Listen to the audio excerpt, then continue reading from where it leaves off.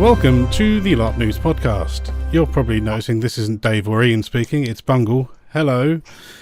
And I decided I'll give a go at doing an episode rather than just doing silly voices for the intro. I'm joined by two lovely people here to talk about the game that I know at least one of them was previously in until quite recent events. So we'll be discussing stuff about the Military Council. So if you guys would like to introduce yourselves, and what your credentials to talk about the Military Council are, if you don't mind.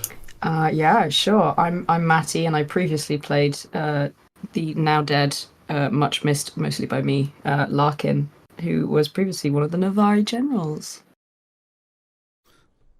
I'm Izzy. I play Delora, who is the current incumbent general of the Redwind Corsairs. And doing a fantastic job. Yay! And also Mrs. Larkin very much. Oh, we all miss Larkin a lot. No one more than me. Just to be her again. No. Right. So, with the military game, it's something I've poked my head in the MC tent probably once or twice in my entire time at Empire, and a lot of it seems to go over my head. I mean, I've happily sat in Senate sessions for hour plus, but MC just seems a bit too much. Well, last event I spent 2 hours in the sun on the Saturday doing Senate stuff, so it's fun-ish. But what exactly is the Military Council? What do you guys do, and how long do you guys end up sitting in there for? Oh, and we lost Maddie already. I'll wait till she comes back, and then Hey. Sorry, I think my Discord just closed itself. That was very strange. Oh no! You weren't just rage quitting the podcast already. I don't want to talk about the Military Council. Boo! I want Dave. Worst council. Ew, gross. There are a couple of responsibilities in the Military Council. What I'll do is I'll explain our sort of event schedule, if that helps. Yeah, that'd be perfect. So the very, very first thing some of us do is get elected. Second, they normally happen around sort of 6:30 or 7. You can look on the wiki to see which positions are up for election at the next event. But the first official meeting we have at 8 p.m. on the Friday is the muster, at which the generals decide which major conjunction opportunities we'll be taking. We decide those whilst considering sort of the skill level, or at least not the skill level, but what we're all good at on the field. We decide who's going to fight where, as well as bearing in mind how this is going to impact the wider military campaign, the sort of downtime army fluff that we're all engaged with. So that happens that we have to submit our decisions by 10 p.m. on the Friday, so the PD can then get all the information out, wrangle their monstering crew, blah blah blah blah blah. And that also includes which nations are going to go. Yes. Which days. To get that information out about whether people are monstering or fighting the next day. So the next day, a bunch of us will be at the debrief from the battle, and then after that is sort of our first official general wider strategy meeting at about 2, I think it normally is. I'm the kind of general who goes on the field every event and goes, "What time is this again?" Yeah, because I have no sense of time or space. Yeah, we have a meeting today. Yeah. When? What? Yeah. Not every Saturday. It's just walking around being like, "How long do we have until when?" We need minders. Yeah, literally. If you're an aspiring adjutant out there, the best thing you could do is figure out when the meetings are, and then you can help us out immediately. Yeah. I say us, but yeah, I want to be back. I'm sure you will be.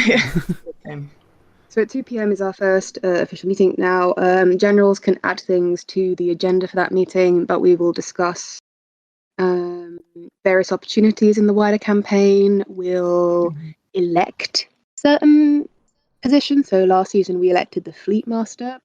But I think well, we initially elected the Imperial Warcaster. I'm not sure that we're going to do that again. I think that might have been changed, but there's a couple of positions that we elect. And then, we look at the scrying results, which are normally delivered to us on the Friday. We consider what's happened in the Winds of War, and we start to figure out where everyone's going to go. Start to figure out what rituals everyone's going to get on their armies. Start learning about any other information, because there is always going to be information coming at you throughout the event. Yeah. That may change or influence a front. Mm. Of course, the big two are the result of the major conjunctions, but then there's outside influences such as a herald might visit and give you some interesting options. Yeah, there's always something going on with the synod as well. Has quite a Yes. major impact on what goes on in the military council. I think last time there were votes about, was it last time? It might have been E1 when there was the vote about, do we super hate the Druge, for example? Ooh, yeah. And I think this one was super hate the Jotun. And those kind of decisions in the synod can actually go on and affect how we do in campaigns when we send different armies to different places. Like, it can actually change the mechanics of how that works. So it's quite important to stay up to date with that sort of thing. Yeah. So then Wow. on the Saturday evening there's an unofficial meeting, and then on the Sunday after the battle there is another meeting where we make our final plans, submit our orders, submit the written fluff around the orders, and then we get to sit tight and find out at the same time as everyone else what happened. Yeah. Yeah. It's a lot of meetings. Sitting there waiting for the winds to come out. Yeah, I guess in summary, what we do in the military council is 1, decide where people are battling, 2, do some election-y nonsense, and 3, ultimately decide where our armies are going to fight in the oncoming season. Yeah. And that is the main remit of a general in the military council. Mm-hmm. Sit on. So do you guys also, is the Imperial Guerdon, is that also discussed by you guys, or is that elsewhere decides who gets that? Bit of a spicy question, but yeah.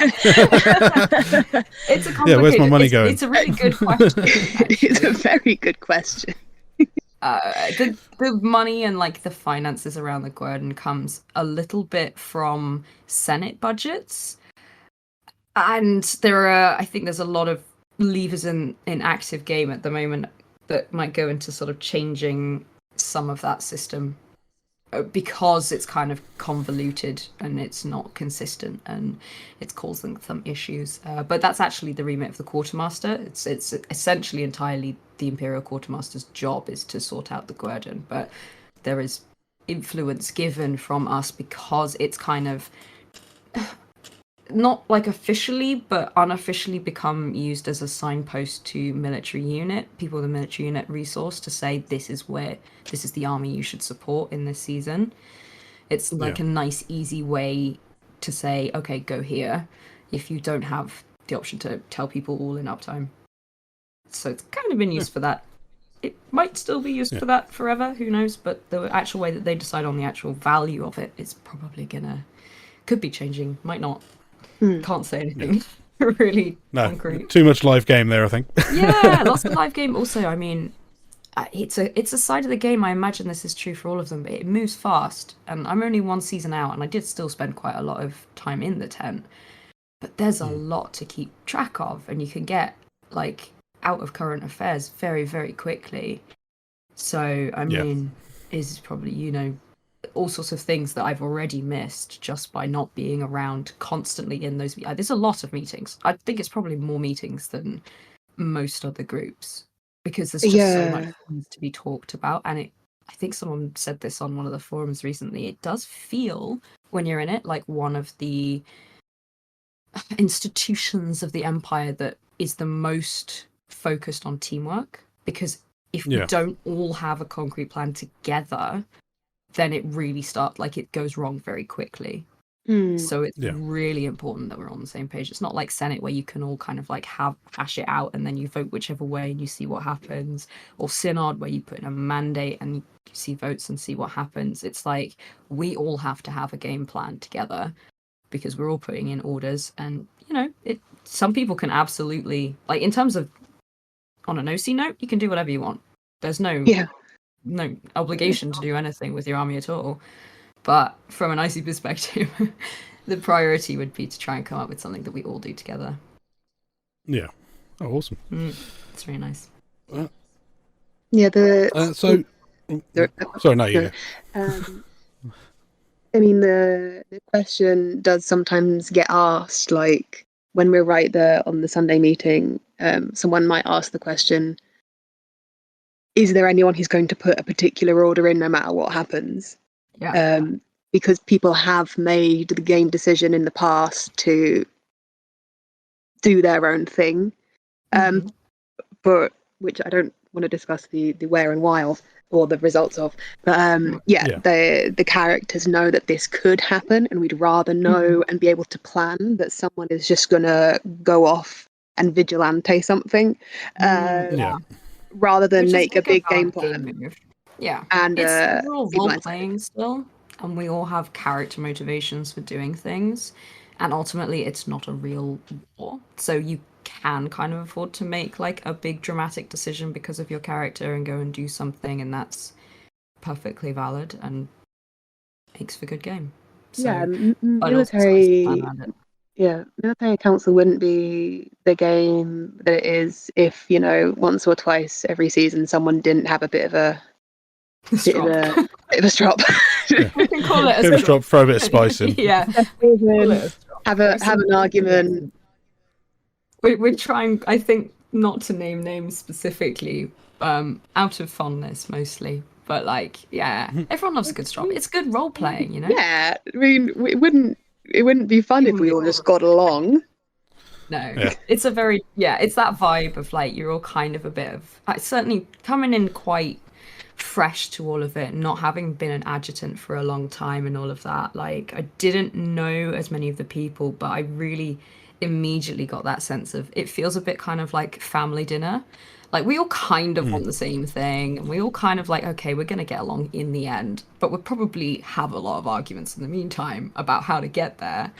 You know, cousin unnamed character is gonna maybe get a bit annoyed that we haven't gone to this place or that place, you know, but that's part of it. And the whole fun and certainly the challenge that I enjoyed is working around that and still coming up with like a way to make it all work. And you've got fingers in like 1,000 pies because you're thinking about magic things and fortifications, and you've got to talk to synod priests, and you've got to talk to the warcaster, and you've got to talk to the senate, you've got to talk to this person who has unofficially amazingly like taken on the task of organizing their military units in a particular nation, or this person who's like, oh, we need to find out this one specific thing that will make the difference between deciding if we take this battle or that battle. Like, there's so many bits and pieces around the field that have to filter in quite a high and like very short amount of time. That's certainly the energy that I really like, but that's why I think it does appeal to people who enjoy that kind of challenge, also because they enjoy working towards a success on that challenge, but aren't afraid to, you know, muddy the waters a little bit for the sake of good game as well. Yeah. Well, most of my experiences with Navarre generals, and well, they were used to be a lot grumpier. So, R.I.P. to Brenos. Yeah. It's an institution gone and missed already. Oh yeah. What a crazy time. Navarre's in a crazy place. Brass Coast are in quite a good place at the moment. They're full suite. Yeah, when you said earlier about how quick things can change, Navarre are exactly the prime example of this at the moment. Yeah. I think your longest serving general is 1 season behind me now. Yeah. Your longest serving living general. Yes, to be precise. And you managed to lose 2 within a very quick succession. I know, so, God. Navarre as a nation are going through that fascinating period, which the Brass Coast went through sort of around the time of the Black Plateau, where not so much on the general side, but on the battle command side, we just lost so many people. overall. Yeah.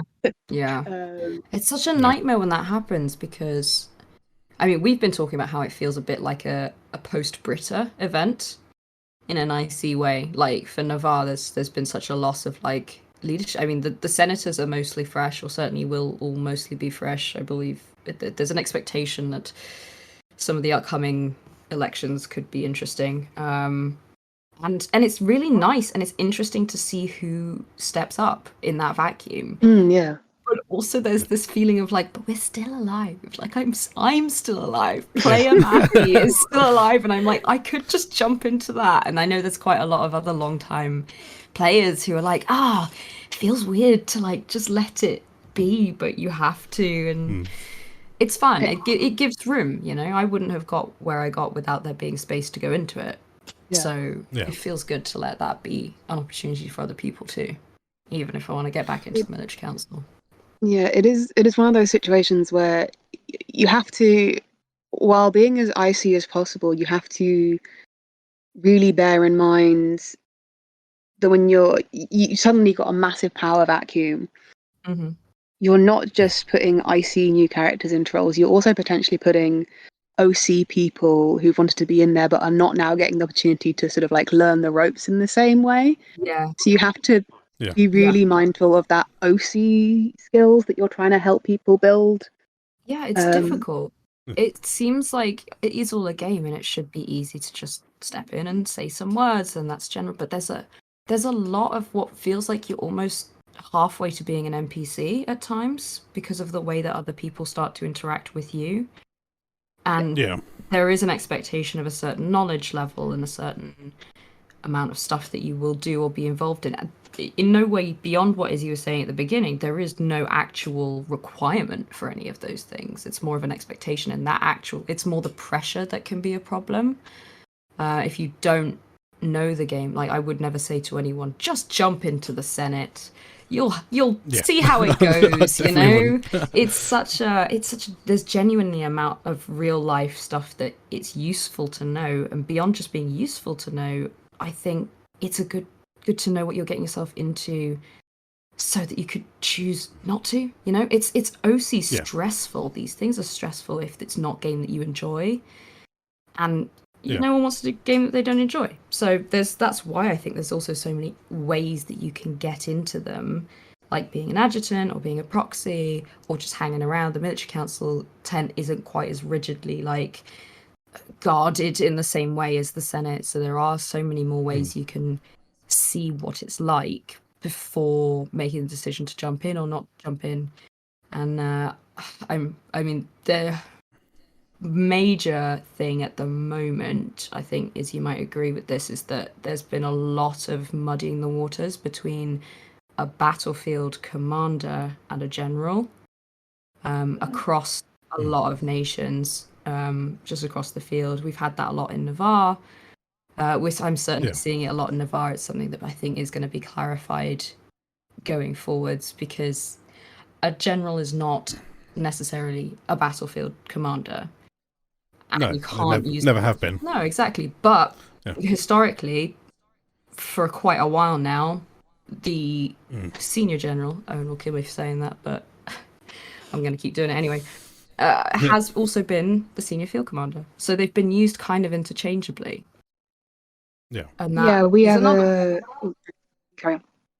No, I was just going to say that I have noticed people who have been stepping up in the vacuum that was left at E2, for example, who are, I can see it leading towards a confusion of, I've taken on this battlefield role, therefore I should run for general, or I'm interested in running for general, or I have run for general, therefore I should be in battlefield command. And those two things can absolutely go together. There's a lot of people with crossover skills. It's totally true. That's why there's so many generals that do lead on the battlefield. But equally, it shouldn't have to. A couple of bits. Oh, sorry, I didn't hear your microphone keeps going funny for me, and I think you've stopped talking, and then I try to talk. It's probably because I'm all the way over here in Europe. You're all good. Don't worry. Carry on, Izzy. And now for more notes. Are you in the Netherlands? I am. Don't dox me on live on air. Sorry. No, yes, sorry. I'm in We'll the cut that. We'll Netherlands. cut that. No, it's fine. It's not even remotely a secret. In the land Yes, of my I'm- ancestors. No way! Oh, I'll have to talk about that later. I did not realise. The more I know. Yes, I travel over Yeah, religiously. It's great. It's worth it. I'll have to come and visit. I said the problem is if I go to the Netherlands, all the Dutch people start using Dutch to me because I have a Dutch surname, and I'm like, I'm sorry, I do not. Of course. Yeah. One day. What were we- One day when we have What we- when oh, we're not yeah. supposed to be talking about military council things. Sorry, we're just here for a chat, Bung. You That's can right. just go So do you and wanna- sit back. I'll come back in about half an hour. Your Do turn. you want to finish the point you were making, Matty? Because I spoke over you. And on my end, you didn't. But just to reiterate, okay. beyond all the fun chat about where we live, basically, yeah, it is a problem. It's something that needs to be addressed because even though a lot of people do cross over between the two, when I was a general, I happened to also end up in battlefield. I actually went into the battlefield command structure of Navarre before being elected general, and then got elected general as well, which I think doesn't help that kind of perspective that people have of like, oh, okay, that leads to that. It's just like, yeah, it did, because just of specifics for me, it wasn't. That's not the route in kind of thing. And they are such different skills. Like they are, but there are some crossover skills as well, which is why I think a lot of people do both. But yeah, we're trying to combat it. I think you guys in the Brass Coast are as well, I'm assuming, but you're all good, amazing fighters too. So Yes. So the Brass Coast has a similar problem where there is an almost 100% overlap between the battlefield command and people involved in military council. And it is to the point where, if I'm being honest, I only ended up becoming a general because I also believed in that misconception. I thought I had to get involved in military council to be involved in battlefield command because our battlefield commanders were our two generals, Araceli and Vrail. yeah. And it was only when I was in the tent, like a season after, that someone was like, oh, it's not the same. And I was like, oh, yeah. well, I'm here now. And this is quite fun. Guess I'm here. I guess I'll just carry on. Yeah. But we have been the lineup is myself, Araceli, and Velasco now, and we do try and sort of make posts online, and we try and be very emphatic about it in person that we do both because we're ridiculous, not because it's part of our job. So we've started now. We've got a few people who are interested in military council who come to military council. We have a whole new lineup of adjutants. They're fantastic, but only one of those people has done any kind of military command for the Brass Coast, and they only stepped up because the person who normally leaves the Kohan went to be part of the command squad. So that was just a one-time thing, really. The other two, one runs with a certain military group, and one is a runner. And then on the other hand, we have one former general who runs with us. We have the Kohan, who are an entirely separate thing, very military focus, very battle focused, or I should really say that, very battle focused by virtue of their whole brief. And now we have some people that we're starting to bring in and to train who are interested in the battlefield command. They've not come up through the military council. We've sort of headhunted them and asked them if they would want to be involved, as well as just putting out the general invite, please come and talk to us if you would like to be involved. And that seems to be working in that while at the top we're all kind of involved in everything. We now sort of have these two separate but talking to each other groups of people on both sides, which will in the long run hopefully help dispel that misconception that it's the same thing. It's really, and they're all hard. great, and I love them. Good. No, that's what you want, awesome. though. I mean, it is difficult because I I almost want to say that, like, being in the military council, I don't want to say it's easier, but it's easier to find people who are like can make themselves good at it, because it's easier to be in there and kind of get to grips with it and learn slowly, and fail a little bit, because you have much more of a safety net than the battlefield stuff. And Yeah. I don't know what it's like for you guys, because I mean, the nations are very different, and the sizes of the nations, I think, probably plays a really big role. Unfortunately for us, there are definitely people in there, and there are some amazing people that stepped up last summit, which was incredible. But for a nation the size that it is, we don't have like that big crop of super keen people training up. We have people who kind of were forced into doing it a little bit a few seasons ago when there was a bit of a drop in people interested. Yeah. And then there's people that are very, very green, and you don't want to put very, very green people in there all the time because you fail and that looks bad. You know, it's tough. But then also you don't just want to give it to the same old people every time too. It's kind of, I mean, it's difficult. It's a challenge. That's part of the game. There shouldn't be, I think, an easy answer to any of these things. Otherwise, we've kind of fixed the empire, and we could just tick it off and all go home and be like, the cool, impossible task. we've done it, you know. Well done us. Guess we've finished empire. Congratulations, Matt P shows up with a badge. For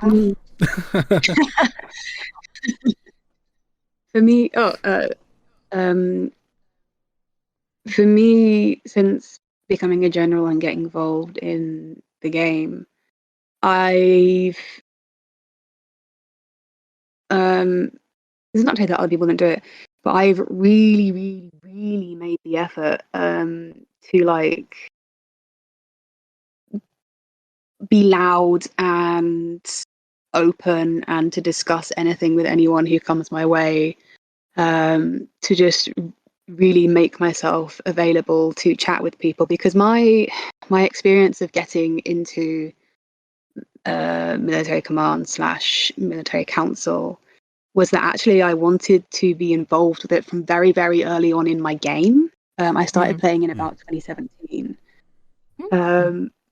But I was sort of told at the time, like, oh, military council is full, oh, there's nothing to and I won't go into like who said that or why they said that to me. I don't think they remember saying that to me. I don't think they meant to put me off. But I was just kind of like, oh, never mind. And I just went and found some other game and was a little bit sad about it. Sort of pouted about it for a couple of years. And then came back and was like, oh, here I am. Well, yeah, after the longest dark, I think I came back and was just like, keep me out if you dare. Fair enough. And came back and was just knocked really, really hard on the door, like, let me in. So I think I'm really, really conscious of not wanting anyone else ever to get that impression that there is some sort of like slot limit for it. Like I would love to have just like a group of like 10 to 20 freeborn all ready to be generals. That'd be great. I swear, I've spoken to other people No, I was just gonna say half of being general feels like you're just trying to find new people to eventually be general. But we have we've it's literally just like anyone even sniffs at the military game now, and I'm like, come to military council. Come to military council. Come to it is the best way to like see it. Like they just look at me a little bit too long. Yeah. You sniff them out. It's the best way to see it in action. The best way to like get to know the people, which is honestly one of the best ways to get into it, because once you get to know the people, there's not a single person that I've met in that tent that isn't like, oh my gosh, you want to know how it works. Oh, I want nothing more than to explain to you how it works. That's half of why we're here. It's so passionate about it. Like Senate, in a way, it is one of those you have to be really passionate about to do, because it's a big time sink. Like you essentially pay to sit in meetings for a long time, you know, if you don't do the battlefield, which some generals don't. So I mean, if I sorry, carry on. Sorry. No. Go for it. I think we've got a bit of a lag for you, Izzy. Just talk over us. Oh, sorry. I was going to say, so like, yeah, our adjutants, how like they all came in various different ways. Like when I was my general, so I was hunting for an adjutant, and I was just like really loud about it at all the freeborn, like, I need an adjutant, I need an adjutant. This is what you'll do. This is what I need. Blah blah blah. And eventually acquired one. And then when the sort of Velasca Aracelis musical chairs happened, they were both then sort of, looking for adjutants. We had like a lot of gaps going on. So again, I was just like really loud about it on both in the field, but also a little bit on social media, just like, if you want to get involved in the game, come speak to us. We are the people. I can't talk any more about it except in character, but please come. And then it was just like, we were looking for people to be involved in military command. So for example, one person came up after we have this meeting, much like most other nations at the start of an event, and was like, I'm interested. And I was like, I'm interested in battle command. And I was like, great, here are some options for you to get involved at first. And they became a runner for that battle, so they could see the whole of the battle. Did amazingly, got a battlefield commendation for it. They were fantastic. And then they just awesome. kept coming to military council afterwards, and I was just at one point I just turned around to them and be like, do you want to be an adjutant? Do you want to do this properly, officially, and not just sit in the chair behind us and watch? Yeah. It's just like, yeah, it's just kind of like, anytime anyone even shows any interest, it's just like, you're mine now. You're mine. Yes. And when people, you see them like go, oh, I like this, that is just the greatest joy. Because I felt so much of that when I first discovered it. I was like, oh, this is good. This is where I want to be spending my time. Everyone's going like, don't worry, Matt, you don't have to spend, well, don't worry, Larkin, it was all IC, of course. Don't worry, Larkin, you don't have to spend all of your time in the tent. Like, you can do it your way. You don't have to, like, learn all the mechanics or anything. And I was kind of sitting back going, but I actually really want to. Like, that sounds fun to me. I'm sorry. That's not the part that I need, like, any reassurance about. That sounds great. And it is. And it's really nice when you see that one person, like, you invite maybe 3 or 4 people in to come and sit in, and then maybe 2 of them show up, and then maybe 1 of them is there for any amount of meetings and goes off and does other things. And then that one person who, like, sticks around, or doesn't even stick around, but just stays or keeps coming back, and you're like, and keeps asking questions and is there at the meetings and just quietly in the background. It's just I think it's an amazing feeling. Like, I've absolutely loved seeing people do that. It's probably why I'm in education and teaching now as well. It's does track, it's on brand. But I mean, in terms of adjutants for Navarre, it's been dry. It ran dry, it really did. And now, even as of E2, there was like a little gaggle sitting behind the benches, listening, having quiet talks, learning, people who can go off, and that starts to create a good little community and a team. And then no one person feels like, oh, I've got to do all the boring admin work and get into it like that. Or, I mean, also saying this, adjutant isn't the only way into being a general. I was barely an adjutant. That wasn't really my route in. But it is certainly a good way of at least seeing what it's all about to decide if this is even something that you want to try. So I recommend it.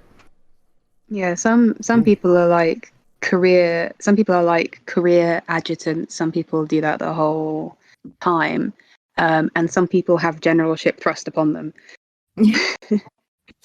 Some people hear about new armies being built. Other people get hold of armies while previous generals hear of other new armies being built. Shiny burning falcons ones, perhaps. Oh, that was a funny season. That was such a funny season. I thought I had it hard coming in to fill the shoes of Rail. But no. The last who comes in the season after. While Arastasis was kind of hanging out, like, just watching. I was like, I guess I'm head general now. I have so much power. Yeah, it's been a fun time, and the personalities are great.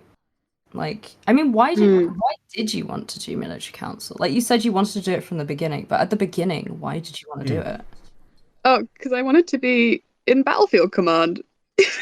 As you just wanted to like be a cool leadership person. Yeah, no, genuinely, I just was wanted to get involved in battlefield leadership, and I thought that I had to be part of that, the military council, in order to do it. And then you like, oh, and these then people accidentally stumbled into the army game.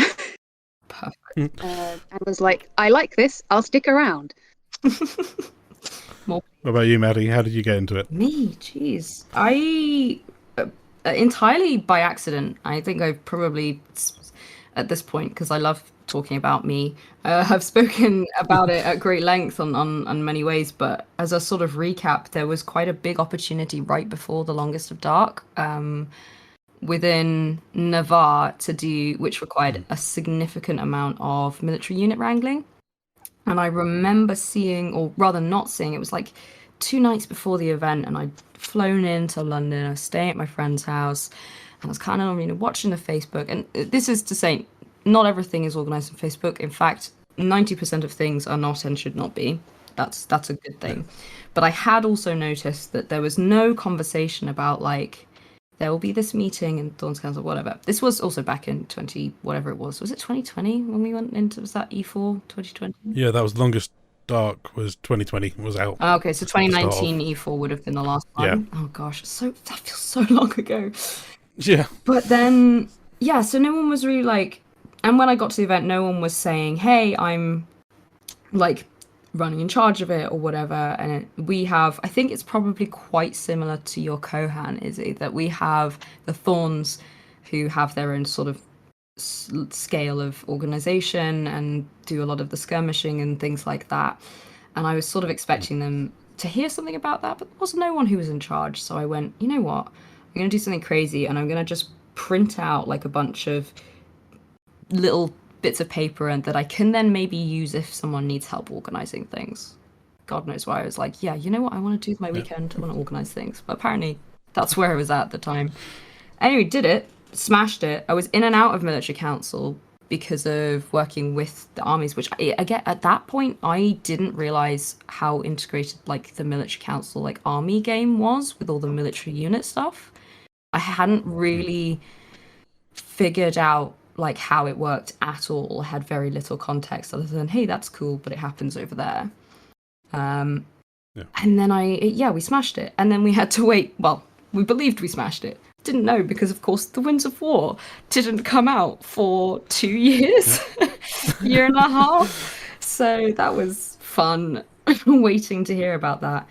But as things were going on, this third army was being built. The new Navari third army was being built. And I guess, I was just one of those keen beans that, Brenos and Clay and the others looked at and were like, okay, you're doing lots of military stuff. Are you running? We want people to run. We want loads of people to run. And there was also the fact that I think as a young female, not just female presenting, but obviously film presenting is kind of the important part here, is there were a lot of people who were in the game in Navarre at that time at both the senator and a general level. In fact, every single one of the senators and generals at that point was a male in their like 30s.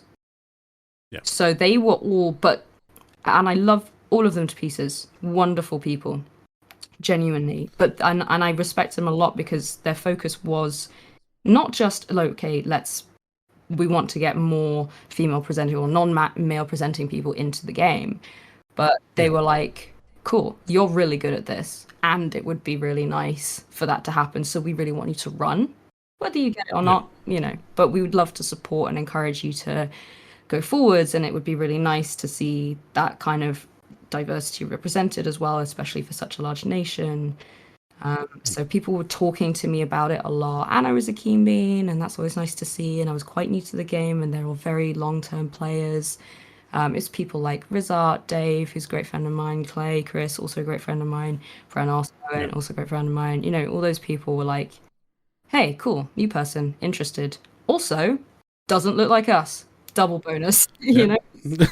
So there was a lot of encouragement. I don't think I necessarily would even have thought about it without them all talking about it. And then I was like, nah, I don't want to spend my whole weekend in meetings. That doesn't sound like fun. Came back, and at E1, straight after the longest dark, I had some really good conversations, IC and OC, with people about what the game really would entail. Not like this is how you play the game, but what it would involve if I said yes. Like what I was actually getting myself into from an OC perspective. I was like, on the down low, what am I actually agreeing to if I do get this? Just so I have some kind of heads up, which was a really valuable conversation to have with all those people. And it kind of snowballed from there. I was kind of like, okay, yeah, no, that does sound really cool. Spent 1 season as an adjutant, and I went, that is the role-playing table I want to sit at. It is interesting. Everyone is so immersed because it's not that no one's like, I mean, people are playing characters, but it doesn't feel like the role-playing in the sense of the ball gowning and like drama of role-playing in some ways. It's not farcical, it's not over-exaggerated, it's not pantomime-y, which most of the field isn't either, but it had the feeling of like, this is, I'm stepping into a real thing.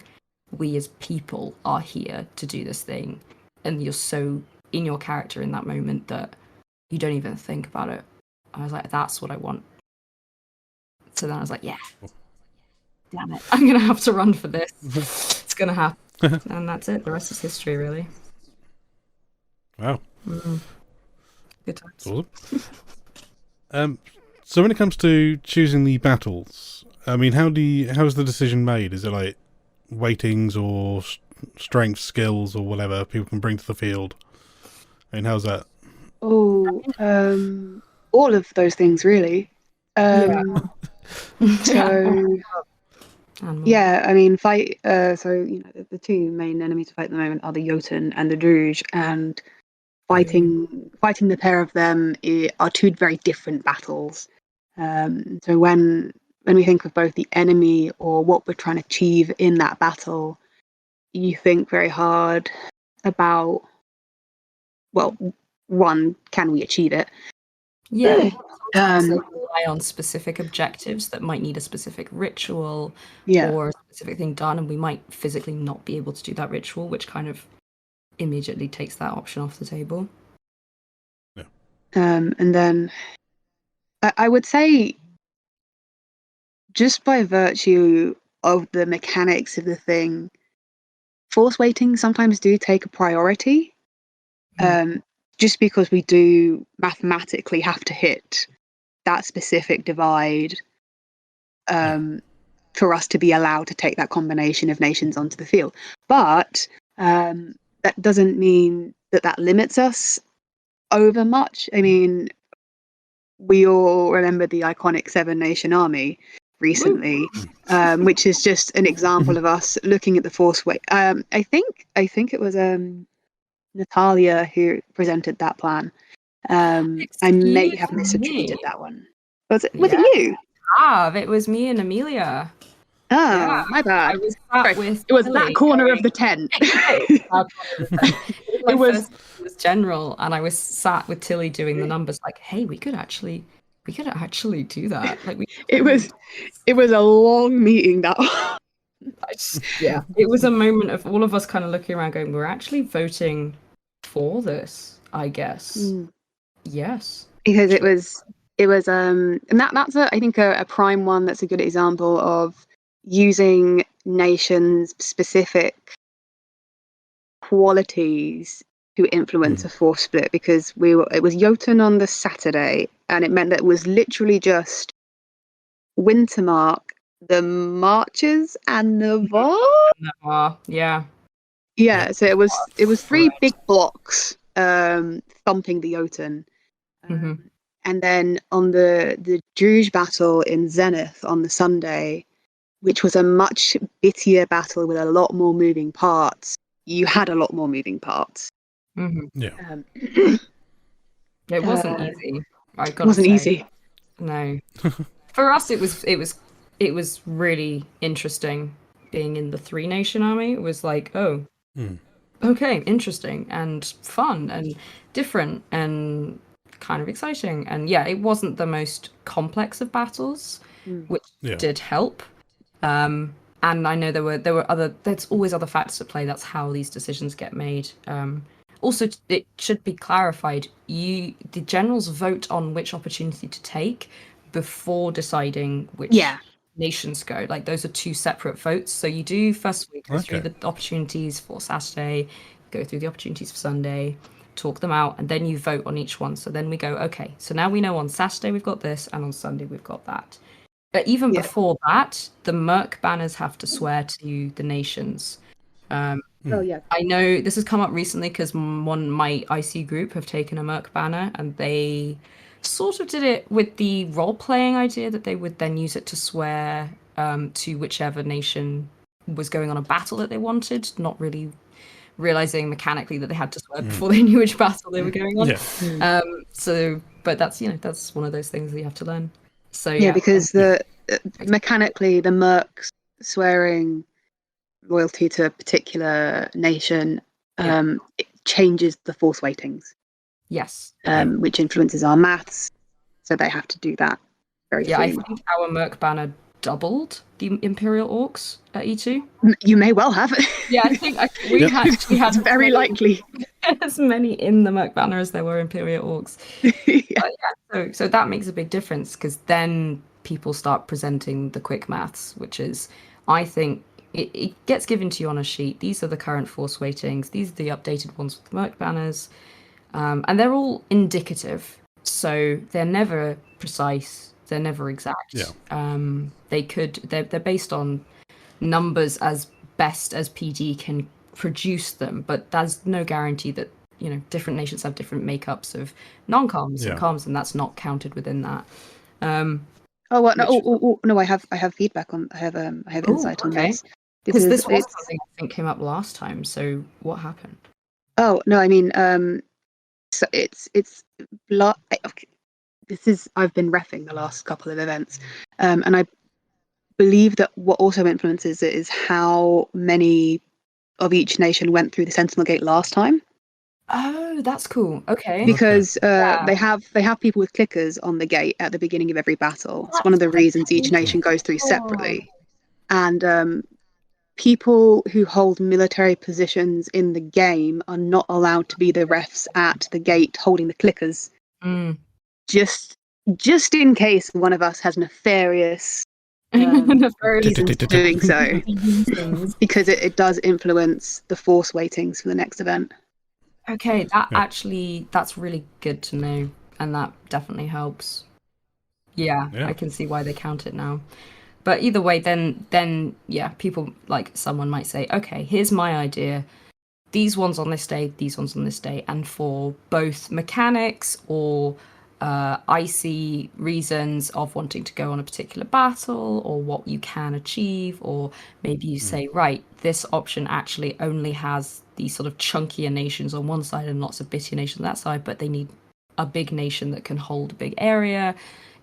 That's when those discussions quickly happen, and eventually we vote on which one to do. And then people go running around, and PD go and post things up in the toilets to let everyone know what's going on. And then sort of the battlefield command section takes over from then, really. Yeah, there's a captain's meeting at, I think it's usually 11 o'clock the night before the battle, so that's Friday and Saturday. Saturday's one is earlier in the afternoon. It's like 6 or something. At a more civilized hour. I want to say so get the drinking in after. Yeah, exactly. I want to say that I think it changes every event. It probably doesn't, and I just always forget what time it's at. I mean, I think it was E4 when we'd had the 7-nation army. The freeborn emu commander was just out of COVID, and I ended up taking over the emu at the last minute, because he was like, oh, the meeting's at midnight and I've got to go to that and I can't go. And I was like, I'll go to the bloody meeting. So yeah, 11 p.m. you have the in-character strategy meeting, which obviously you should not attend if you are going to be monstering. Yeah. And then at 12 midnight, you have the monster tent meeting for the emus, the emu leaders. Emu is Elite. elite military Elite unit. military Thank unit. you. There we Just go. in Elite case anyone's unit. listening who doesn't know, and it's just a think- specific unit formed within a nation. No, I think it's and Elite Monster Unit, isn't it? elite monster unit. monster There unit, you go. yeah. That's the one. Specifically for Thank you. monstering, yeah. But you can, as players, like email in to request to set up your own EMU. Like there are nation-specific ones, but a friend of mine has recently emailed in. At the time, it was Andy Connell who was running it. There is a new person running the EMU Facebook page and the EMU stuff in general, who I wish great luck to. It sounds like a really hard job, but I hope they do fantastically. I'm sure they will. But you can email in and say we're really interested in setting up our own EMU, essentially, and then they can talk you through what briefs to do and stuff. Yeah, I don't think they'll be too happy with our Grendel plan one. What's the Grendel many plan? moons ago. Oh, it was many moons ago on the battlefield when we were playing Grendel, and we became a unit known as the Lickers. Oh, you're full of the Lickers. Of course you are. Yeah. Oh dear. Yeah. I've heard of much of the Lickers from many of the Black Skull lot who were also involved in some way. But yeah, I think the EMU meeting on Saturday might also be at 12 p.m. But I'm not. Don't quote me on that one. That sounds right. I think 12 p.m. is when it is. Yeah, midnight. I think that meeting is at the same time throughout the event. That would be good. I always remember the captain's one being quite late, so it's later on. Whether it's, I think it happened. Oh no, I'm getting confused between the two different ones now. See, one event's all it takes before you just don't know all the stuff anymore. Well, just have to get your new character as an agent. Yeah. You're going to get people sort of commenting on this video going like, Izzy is all wrong about the times. And I just want to say, I did say at the beginning of the video, I never remember what time any meeting is. Yeah. Disclaimer. Yeah, as a proxy, I know my job is to remember what time stuff is and what the time is currently. So I'm guessing it's the same for agents for generals, where they're the ones who keep time and tell you where to go. That is the theory. Normally it's just me and Joaquin looking at each other going, military council sometime today. Yeah. Should we swing by the tent just in case? Let's just walk there now. See. Yeah.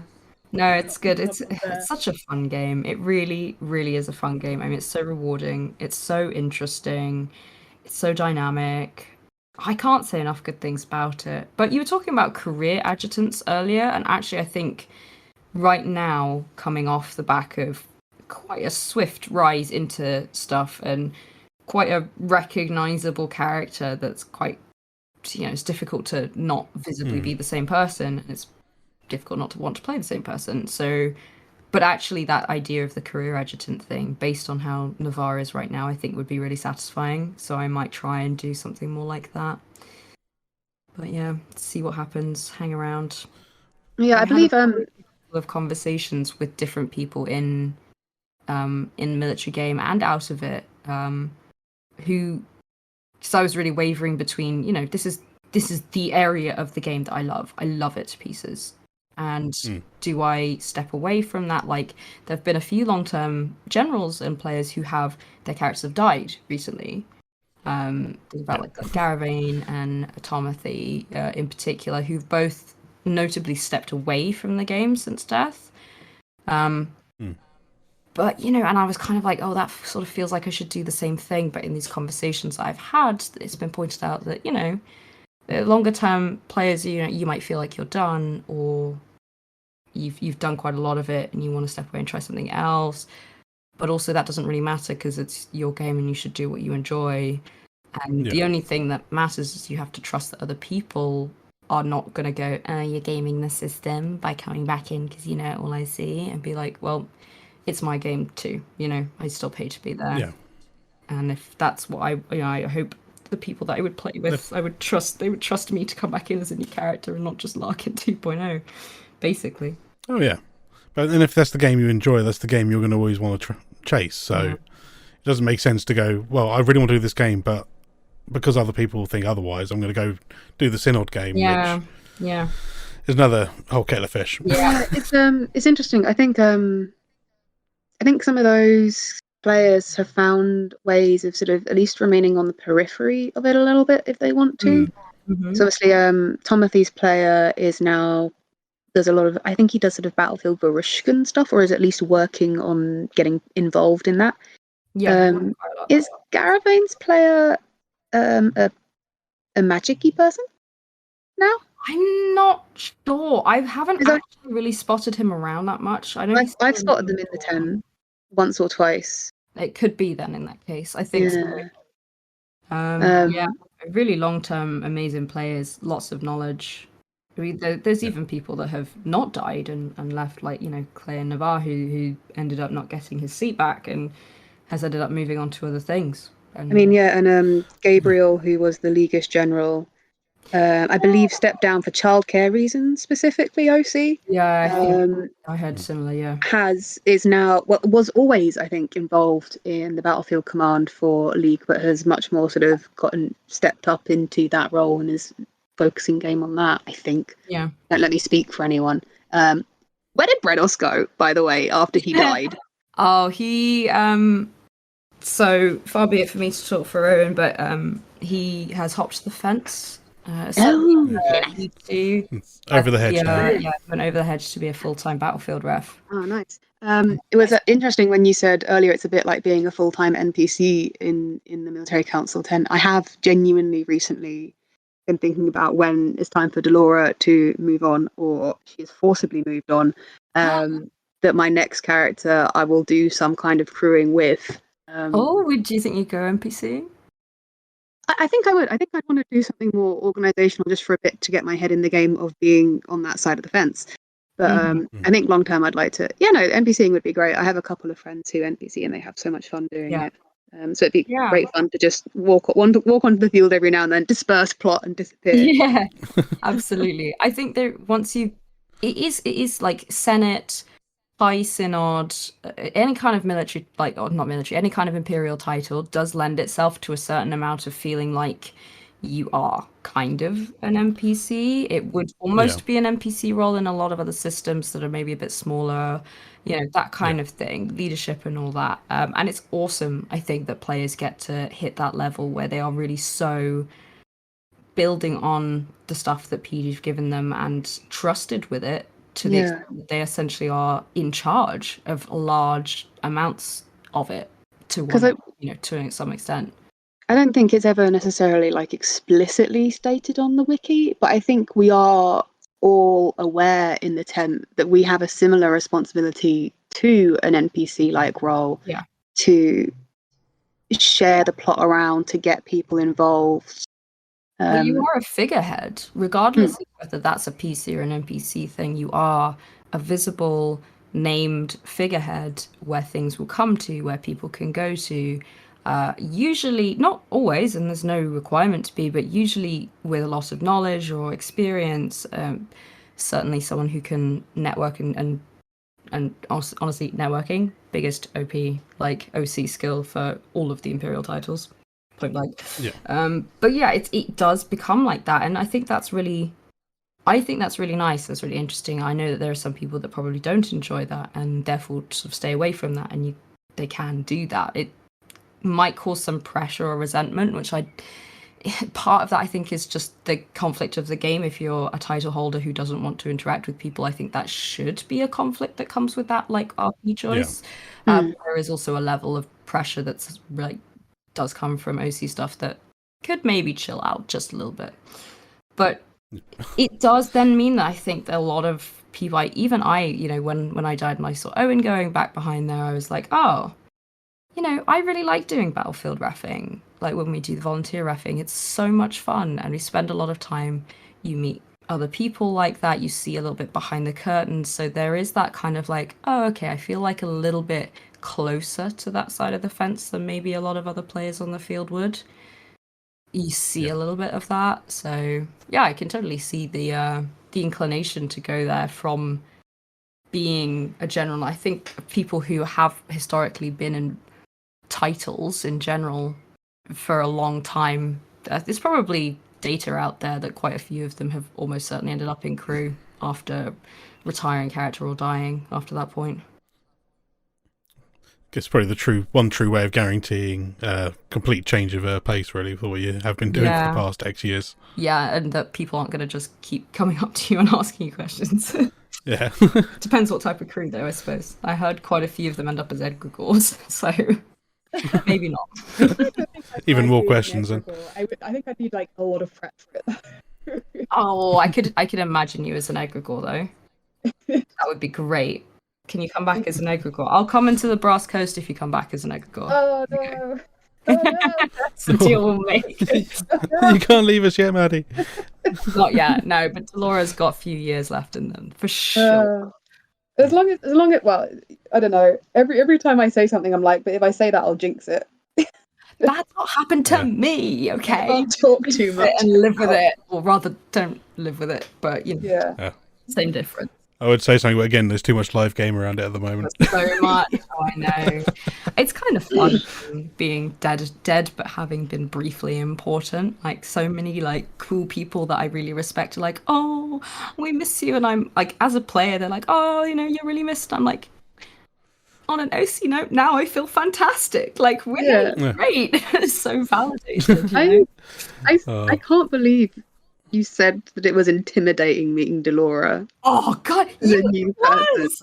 I was like, how do I introduce myself to like? I was like, I know that's Izzy. I know that's Delora, but my character doesn't know that's Delora. I just know that there's a freeborn standing there, and they look really like kind of focused on something. But I just need to find out where this newspaper is. So I was like, hello, and he just kind of looked at me like, can I help you? No, people like that. No, it was fine. It was just because it was such a contrast of like, you know, when you know someone and you say hey and they're like hey, and it's very warm and welcoming. Yeah. And then you walk up to someone when they don't know you and they're like hi, and it's not like abrupt, but it's just not warm and fuzzy, you know. So I was like, yeah. But it was good. I've said this to you before as well. It was good. I know. No, it's not. It's. I just find it really funny. Yeah, it's so funny. Don't forget, I mean, all of the generals and title people do come with a rep now. You are a rep because you're an institution. You're a face. I just think of Delora as like an uwu squishy bean. You can quote that. Delora as an uwu squishy bean. I think that'd be the tagline on the episode. Yeah. It's just an uwu squishy bean, guys. No. Oh, that would be it's a good time. It's a good time. What a good game. And what good people. Awesome. Honestly. It's all about the people. Yeah, no, I mean we taught, so I think we've spent a lot of time like talking about the mechanics and what our role is and our responsibilities and like the facts about what we do. But I mean, a huge draw of the game is the interpersonal interactions that we have in the tent, all of the individual motivations that are not necessarily clashing, but sort of butting against each other or working with each other, or, you know, sudden general didn't mention this earlier, surprise, and all the other people that we get to interact with outside of the tent through the things that are brought to us. You know, at the end of the day, it's role playing, and so the kind of role play that we get to do with each other, it's I guess I've not had the joy of synod or national assemblies, etc. I imagine they have kind of the similar thing in that you get all these different briefs, all these different people from these different cultures, and you get them all in one tent, all trying to solve one particular problem together, and you get to role play all of that. It's so good, yeah. The trust level, I think, is really high between people in the military council in particular, and also the I don't know, but I mean, the national assemblies, for example, are national assemblies. They're not international assemblies. So military council, certainly for me, has been the place where I've seen the most, like, really well communicated understanding of different people's briefs in a way that feels like a real world. Of like, we don't want to do that, but we know and we understand, and it's frustrating, but we understand that this is your hearth magic, and so you can't do anything else Like, that's going to be your decision.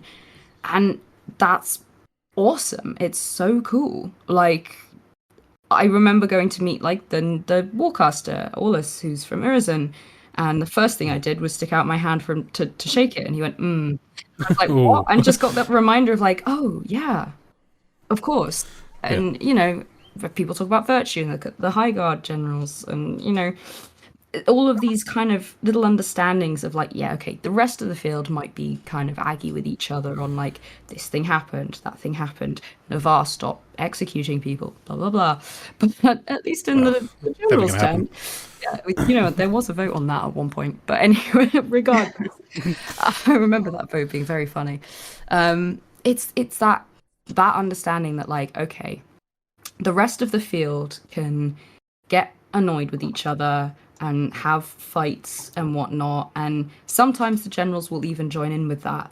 But for the most part, it's not that we're above it, but there is that level of like, but we need to get on with it because our job is different. Yeah, there's more important stuff to worry about than the small... Yeah, that's it. It's like we've got different priorities and they are bigger than just the intercultural stuff, which is amazing game, but that level of conflict of it's bigger than that, but it's still playing into that is where I find a lot of fun, certainly. Awesome. Like with the Marcher stuff last time. That was great fun. We all know about. Yep. I was in the Marchers when that all went down. That was quite fun. We kept having these like illicit meetings between the Marcher generals and the Freeborn generals, just like, we love you all. Yeah, it's a thing. It's such really funny.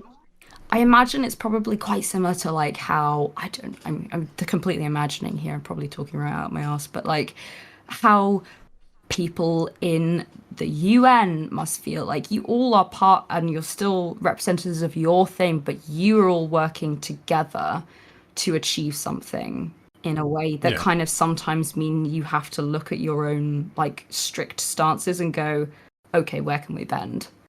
Like, what do we have to... We have to understand that what the goal is so much more important that not everyone's going to be happy, but we all agree that not everyone's going to be happy. And every now and then someone will put their foot down and say, it doesn't matter what you say, I'm not budging. And that's, you know, that's a good game. That's just the game. But it's awesome. It's cool. Groovy. Yeah, groovy's the word for it. Yeah. Sorry, I'm very much stuck in the past with my my lingo. It's all right. We'll forgive you. You can probably tell by the Hawaiian shirt.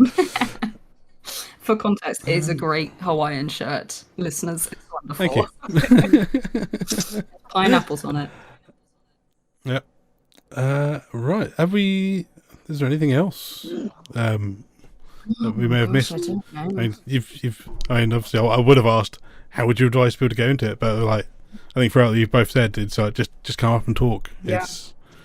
Yeah, and I mean, if you can take your own time to do it. So I have someone I talk to who is extremely shy, but sort of, you know, once or twice in an event will come up to me and just be like, hey, can I ask you a question? And I will, you know, stand there for 5-10 minutes with them and just explain a particular part of Metrigan that they've got a question about.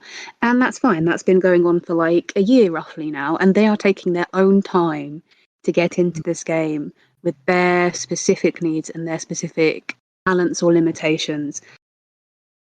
And that's completely fine. If that's you, that's 100% valid. That's 100% absolutely correct. Come and do that. Come and just ask us little questions here and there. And if you want to take your time to get into it, if you want to really just feel it out, absolutely do that. Some of us rock up to the tent as an adjutant within, you know, 10 minutes of having asked about going into the tent, and our generals within seasons. That's not the only valid way to do it by any means, and I wouldn't necessarily recommend it. Yeah, you know, the game is going to go on for a long time, and you can afford to take that time if you want to. Mm-hmm. And if you are someone who's super, super keen and not shy at all, and you're happy to come up, I'd say the people that get the most out of it are the people that like put themselves forwards. You've got the people that need to take time, come and talk. We may be busy, I keep saying we. I'm gonna, for the purposes of this conversation. Yeah. Generals may be busy. This is true of all titles, but they will be interested in hearing from you, and maybe they get busy because we're also people that forget things a Yeah. lot. That is still a thing that happens. But if you demonstrate, oh, I'm willing to do this, or take initiative, or I come and seek you out, like, even if you're not going to come and run around, especially if you're someone who's maybe interested in doing it from a non-com perspective. I would love to hear more from non-com people who were interested in kind of taking up the slack and being able to sit somewhere for a while and talk to people about things. That's really valuable. Like, that's very valuable. If you're more interested in doing that, that's something that can be made use of, and can be very productive as well. I was non-com for one event, and man, it was the most interesting Saturday morning I've had. I had so many interesting conversations with other generals and other people. But yeah, persevere, initiative, enthusiasm, a bit of patience, because we're humans too. We aren't actually NPCs. Yeah. No. Despite everything that's been said, we aren't actually NPCs. Yeah, I mean, I bring up the sort of like the shyness and taking your time to get into the game, because although I kind of ended up accidentally rocketing into it, I struggle with a lot of those things myself. I'm very open about it online. I talk about sort of the anxieties that I feel about being in the tent. I talk about how that it interacts with LARP. Sometimes that means that weirdly in LARP I go into the sort of Zen mode. It doesn't really matter. It's not me. And sometimes in LARP it really freaks me out. I'm almost non-verbal. Like, I get really tense. But it's fine. We make it work. So I try to be very understanding of people who feel similarly to that way and might need a little extra help, a little extra time, just to figure out how they want to get into the game or how the game might suit them. Yeah, and there's no obligation. Like, career adjutant is a thing. You don't have to be like, I'm interested in the military game, therefore my end goal is to become a general. Yeah, there's lots of I mean, you mentioned the Warcaster earlier. We've got the Warcast, we've got the War Mage. I think the Herald has a proxy now, which is quite exciting. That is a crew role, though, I think. Oh, yeah, that's fair. There are lots of things. There's lots of peripheral roles. You can just be in the tent and help out sometimes. You can just listen. There are rules around just listening, but you can generally just listen if you want to go. It's a great place to sit when it's really, really, really hot. As long as it's quiet, you can just lie on the grass at the back. And if you look on the wiki, there's like a fair few like unofficial positions as well. I'm trying to think of the name of the particular one. We had one for all. I need to encourage them to get back in the tent. It's kind of like the virtue advisor. Ones? Oh, the conscience. No, I can't remember what the name is. But yeah, if you look on the wiki, you'll find a few things like that where you don't even necessarily have to be elected into a role, but you could decide that you want to advise the generals on this particular thing, and just sort of inject yourself and come and talk to us. Yeah. And if you're in maybe a different imperial institution, you can kind of be a go-between, which would be very, very handy, and listen in. It's great.